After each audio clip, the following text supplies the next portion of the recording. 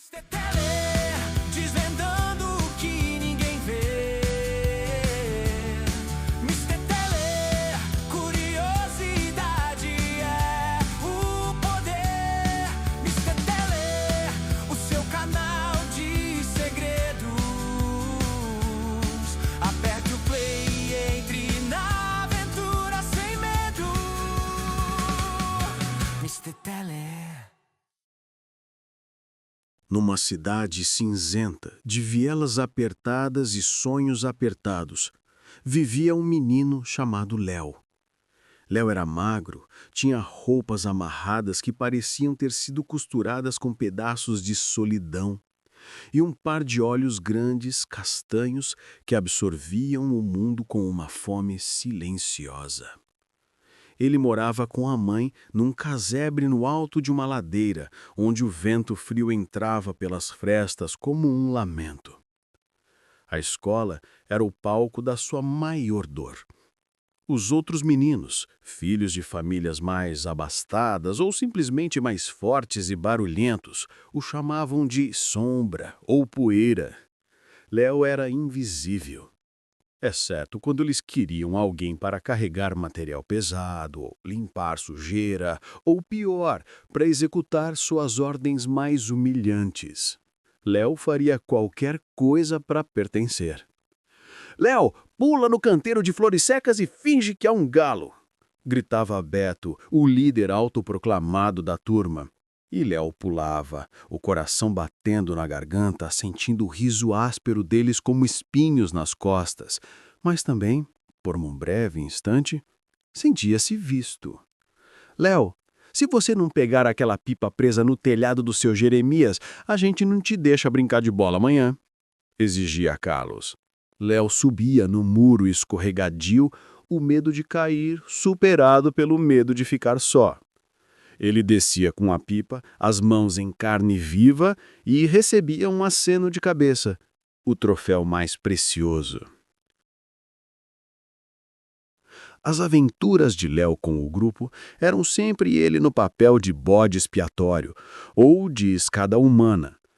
Certa vez, o grupo decidiu invadir o velho depósito abandonado no fim da rua, que diziam ser assombrado. Beto e os outros pararam na porta rangente. «Léo, você entra primeiro. Se o fantasma aparecer, você grita e a gente corre», ordenou Beto, empurrando-o. Léo entrou, o cheiro de mofo e poeira queimando suas narinas. Ele passou 1 hora lá dentro sozinho, iluminando o local com um fósforo roubado, fingindo lutar contra espectros imaginários, só para sair e ouvir: «Viu só? Que covarde! Nem o fantasma quis ele!» Em outra ocasião, era a época de colheita de frutas silvestres. Os garotos mais velhos haviam montado uma taxa de passagem no caminho para o bosque. Léo, que não tinha nem um centavo, teve que prometer limpar o quintal inteiro da casa de um deles por 1 semana, em troca de um punhado de amoras. Enquanto ele cavava a terra dura, os outros jogavam pedras pequenas na direção dele, rindo da sua dedicação desesperada. O confronto na rua de baixo.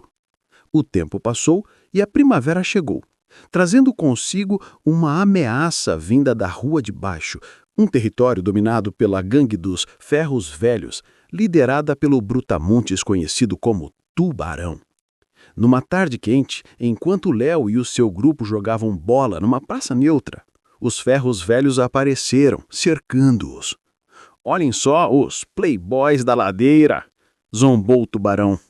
«Essa bola é nossa, e vocês vão nos dar o lanche que guardaram para hoje!» Berto apalideceu, Carlos encolheu. Os meninos da ladeira eram bons em zombetar, mas péssimos em briga de verdade. Léo, que sempre ficava na retaguarda, observava, sentindo o pânico habitual.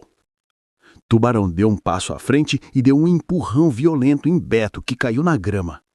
A humilhação era palpável. Foi nesse momento que algo em Léo se quebrou. Não de medo, mas de cansaço. Cansaço de carregar o peso da rejeição. Cansaço de ser o último.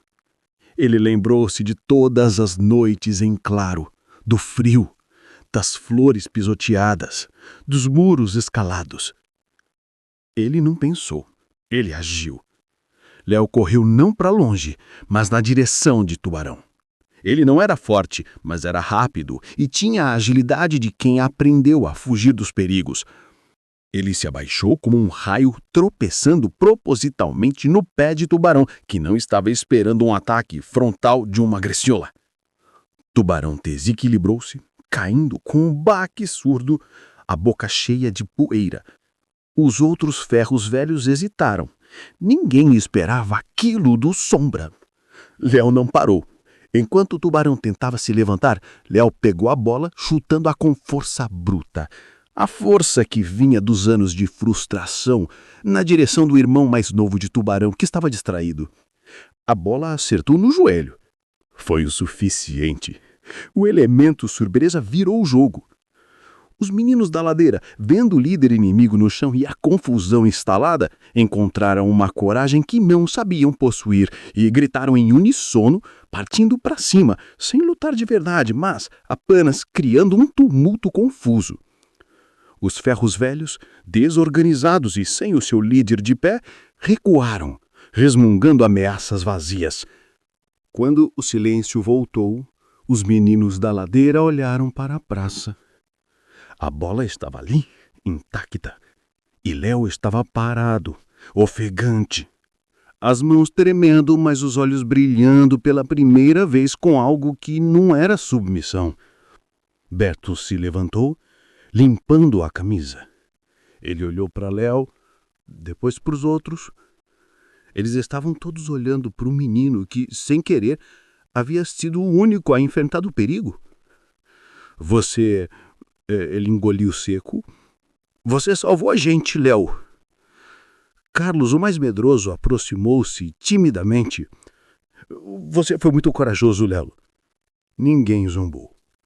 Ninguém mandou ele fazer nada. Eles olharam com um respeito novo, cru e sincero. Berto estendeu a mão, não para dar uma ordem, mas para um aperto de mão. A partir de hoje, Léo, você não é mais a Sombra. Você é o nosso líder. Você nos protegeu. Léo sentiu as lágrimas quentes vindo, mas dessa vez não eram de dor. Eram lágrimas de pertencimento. Ele apertou a mão de Beto, um aperto firme. Ele não precisava mais fazer o que mandavam. Ele havia conquistado o seu lugar, não por obediência, mas por um ato de bravura desesperada. Naquele dia, Léo não ganhou um nome novo, nem roupas novas, mas ganhou algo infinitamente mais valioso.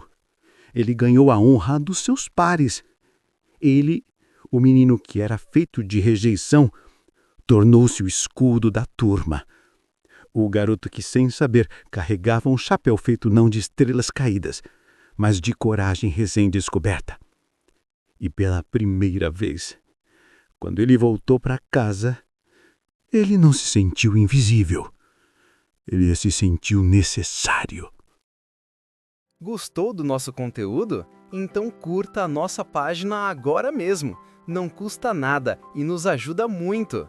E não se esqueça, compartilhe nossas postagens com seus amigos para que mais pessoas possam assistir e nos ajudar a crescer ainda mais.